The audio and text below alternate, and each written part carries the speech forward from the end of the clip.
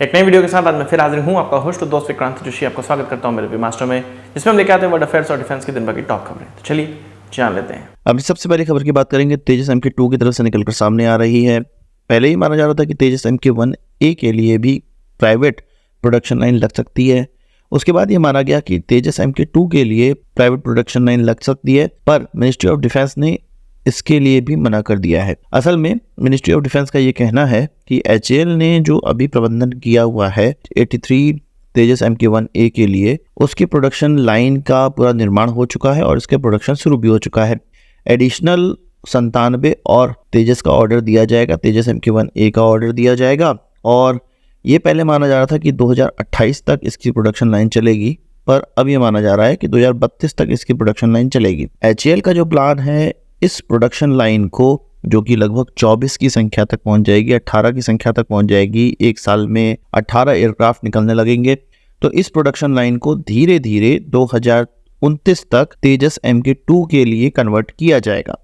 उस समय तेजस MK1A का ऑर्डर भी कम हो जाएगा, उसकी डिलीवरी भी कम हो जाएगी, तो धीरे धीरे इसको MK2 के लिए कन्वर्ट कर दिया जाएगा। अब HAL की तरफ से इतना बड़ा प्लान बनाया गया है, तो अगर किसी प्राइवेट पार्टनर को या किसी प्राइवेट कंपनी को इसका प्रोडक्शन करने के लिए कह दिया जाता है या इसके प्रोडक्शन करने के लिए उसको भी सम्मिलित कर लिया जाता है, तो HAL का जो इतना बड़ा इन्वेस्टमेंट है, HAL का जो इतना बड़ा प्लान है, उसकी प्रोडक्शन लाइन खाली रह जाएगी और जो भी इन्वेस्टमेंट किया गया है वो सब बेकार हो जाएगा। अब आप ये सोच रहे होंगे कि HAL जितना एयरक्राफ्ट बना सकता है उतना बनाए, प्राइवेट सेक्टर जितना बना सकता है उतना बनाएगा, पर प्राइवेट सेक्टर और HAL दोनों के ही इन्वेस्टमेंट को पूरा करने के लिए तेजस की इतनी क्वांटिटी है नहीं।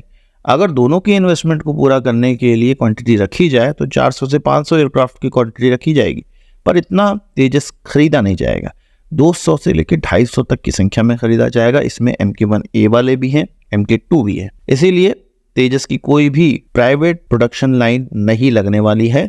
सभी का सभी ऑर्डर HAL के द्वारा ही कन्वर्ट किए जाएंगे, डिलीवर किए जाएंगे। बात कर लेते हैं इंडियन नेवी की। इंडियन नेवी के INS चक्रा 3 की तरफ से अब खबर आने लगी है।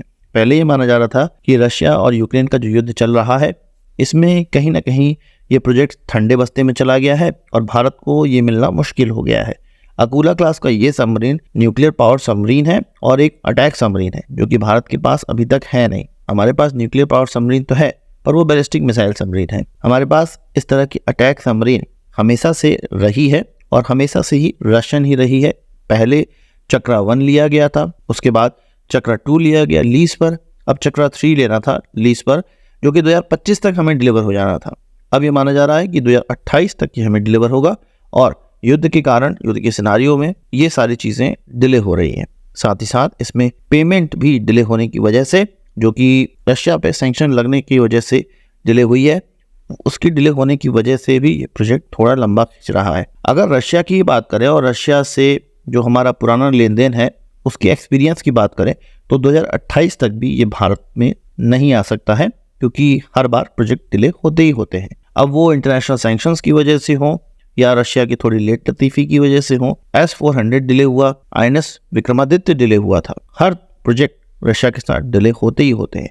ये प्रोजेक्ट भी डिले होगा, पर 2030 तक हो सकता है हमारे पास चक्रा 3 आ जाए। चक्रा 3 के आने की खुशी ये है कि इसको हम टेस्ट बेड की तरह इस्तेमाल भी करेंगे और भारत का जो अपना इंडिजिनस प्रोजेक्ट है attack submarine, nuclear power attack submarine develop करने का, वो कहा जाता है कि चक्रा 3 पे ही बेस्ड होगा। इसीलिए चक्रा 3 भारत के लिए इतना ज़्यादा महत्वपूर्ण है। आपका इस पर क्या कहना है, कमेंट बॉक्स में ज़रूर बताइएगा। बात कर लेते हैं काली 5000 प्रोजेक्ट की। बहुत से लोगों ने इस पर वीडियो बनाई है। बहुत दिनों तक ये एक माइथोलॉजिकल वेपन बना रहा, मिथ बना रहा। इस मिथ को डिबंक कर दिया गया है और DRDO की तरफ से ये कहा गया है काली है, पर जरूरी नहीं है कि इसका नाम काली है या काली 5000 है। एक हमारे पास इस तरह का इक्विपमेंट है जो कि काली से रिजेंबल करता है या काली के बारे में जो बताया गया है उसी तरह का है। इसका नाम kilo ampere linear ejector program है और ये केवल एक साइंटिफिक रिसर्च प्रोजेक्ट है, जो कि पहले भाभा एटॉमिक रिसर्च सेंटर के द्वारा बनाया गया था या डेवलप किया जा रहा था। उसके बाद इसको DRDO को दे दिया गया। ये किसी भी तरह से कोई वेपन नहीं है, ये केवल और केवल एक साइंटिफिक रिसर्च प्रोजेक्ट है जो कि केवल एक्सपेरिमेंट परफॉर्म करने के लिए बनाया गया है। और इसका काम केवल ये होता है कि जो भी इलेक्ट्रॉन बीम है, हाई पावर इलेक्ट्रॉन बीम, वो हमारे किसी एक्सपेरिमेंटल प्रोजेक्ट पर क्या असर डालती है, इस इलेक्ट्रॉन बीम का क्या असर पड़ता है, ये सारी चीजें देखने के लिए ही इस प्रोजेक्ट को बनाया गया है, इस इक्विपमेंट को बनाया गया है। इसके द्वारा किसी भी तरह से एनिमी सैटेलाइट को डिसेबल नहीं किया जा सकता है, ना ही ये डायरेक्ट एनर्जी कोई वेपन है, ना ही ये कोई ऐसा क्लासिफाइड सुपर वेपन है जिसके बारे में इंडियन गवर्नमेंट जानती तो है पर बताना नहीं चाहती। ये केवल और केवल एक research high energy electron beam या प्लाज्मा फिजिक्स से रिलेटेड चीज है। इसीलिए जब आप अब काली के बारे में सुने तो ये समझिए कि इस तरह का प्रोजेक्ट तो है, इस तरह की चीजें हैं, सुबुकाहट हुई थी और इस तरह की चीजें हमारे पास है, पर ये एक साइंटिफिक इक्विपमेंट है। ये इतना कोई भारी इक्विपमेंट नहीं है कि किसी देश पर इसका हथियार की तरह इस्तेमाल किया जा सके। अभी तक तो ऐसा नहीं है। आपका इस पर क्या कहना है कमेंट बॉक्स में जरूर बताइएगा। आप लोगों ने ये खबर तो सुनी ली होगी कि पिनाका रॉकेट सिस्टम को फ्रेंच आर्मी इवेलुएट कर रही है। अब इससे ये नहीं हो जाता कि फ्रेंच आर्मी इसको खरीद ही लेगी, पर हाँ, फ्रेंच आर्मी को अपने यूएस ओरिजिन के M270 जो कि एक मल्टीपल लॉन्च रॉकेट सिस्टम है उसको रिप्लेस करने के लिए चाहिए। और ये जो M270 है ये उसी प्रकार का है लगभग जिस प्रकार का हमारा पिनाका रॉकेट सिस्टम है, और हम कतई ये नहीं मान सकते कि फ्रांस की आर्मी के पास हमारे पिनाका रॉकेट सिस्टम से बेहतर हथियार नहीं होगा।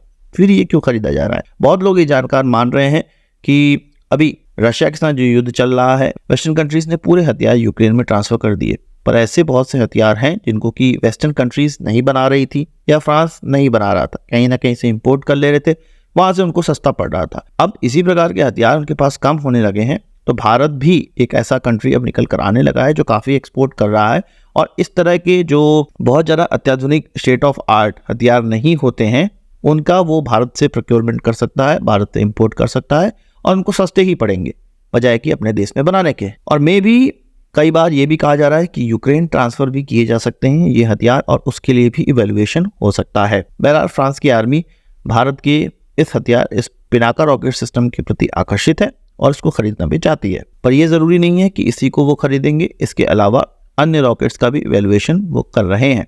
इसी प्रकार इजराइल भी भारत से वो हथियार खरीद रहा है जो कि उनके देश में वो ज़्यादा महंगा पड़ सकता हो, या उसका प्रोडक्शन उन्होंने बंद कर दिया हो और केवल इंपोर्ट पर वो उस पर डिपेंडेंट हो। वही हथियार वो भारत से खरीद रहे हैं। बहुत अत्याधुनिक हथियार भारत से नहीं खरीदे जा रहे, पर कोई भी हथियार खरीदे जाएं, भारत का एक्सपोर्ट बढ़ना चाहिए। ये भारत के लिए अच्छी खबर है। बात कर लेते हैं डीआरडीओ की। डीआरडीओ की तरफ से 1000 किलोमीटर मारक क्षमता वाली एंटी शिप बैलिस्टिक मिसाइल जल्द ही ट्रायल की जा सकती है। अभी तक इस तरह की मिसाइल ट्रायल नहीं की गई है, और भारत की जो रॉकेट फोर्स है उसमें अलग अलग प्रकार के बैलिस्टिक मिसाइल सम्मिलित करने की आगे जो प्लानिंग है वो चल रही है। इसी कड़ी में प्रलय बैलिस्टिक मिसाइल एक महत्वपूर्ण हथियार है जो कि भारतीय आर्मी और भारतीय एयरफोर्स की तरफ से अपने अपने हथियारों के खेप में इंक्लूड किए गए हैं। पर एक हथियार जो कि शिप्स को या एयरक्राफ्ट कैरियर को निशाना बना सकता है, ये हथियार अब ट्राई किया जाएगा डीआरडीओ की तरफ से, और कहा जा रहा है कि एक नोटैम भी जारी किया गया है, और वो नोटैम हो सकता है इसी हथियार के ट्रायल के लिए जारी किया गया हो। अगर ये सक्सेसफुल रहता है या ये सक्सेसफुल रहेगा ही, तो चीन के लिए परेशानी का सबक बन सकता है, क्योंकि हम इसका इस्तेमाल जाहिर सी बात है कि इंडियन ओशन रीजन में करेंगे, और इंडियन ओशन रीजन में हस्तक्षेप अगर कोई कर रहा है तो वो केवल चाइना है, और चाइना के लिए ये हथियार हमारे पास होना बहुत ज़्यादा आवश्यक है, क्योंकि उसके पास एयरक्राफ्ट कैरियर की संख्या बढ़ती चली जा रही है, साथ ही साथ अन्य वॉरशिप्स की संख्या भी बढ़ती चली जा रही है। आपका इस पर क्या कहना है कमेंट बॉक्स में जरूर बताइएगा। आज की इस वीडियो के लिए बस इतना ही। आशा करता हूँ वीडियो पसंद आया होगा, आप उसको बड़ा ध्यान से जरूर देंगे। इस वीडियो संबंधी सवाल सुझाव हो कमेंट बॉक्स में जरूर लाइएगा, और यदि आपने हमारा चैनल सब्सक्राइब नहीं किया उसे भी कर लीजिए, क्योंकि हम इस प्रकार की वीडियो लाते रहते हैं। नमस्कार, थैंक यू, जय हिंद।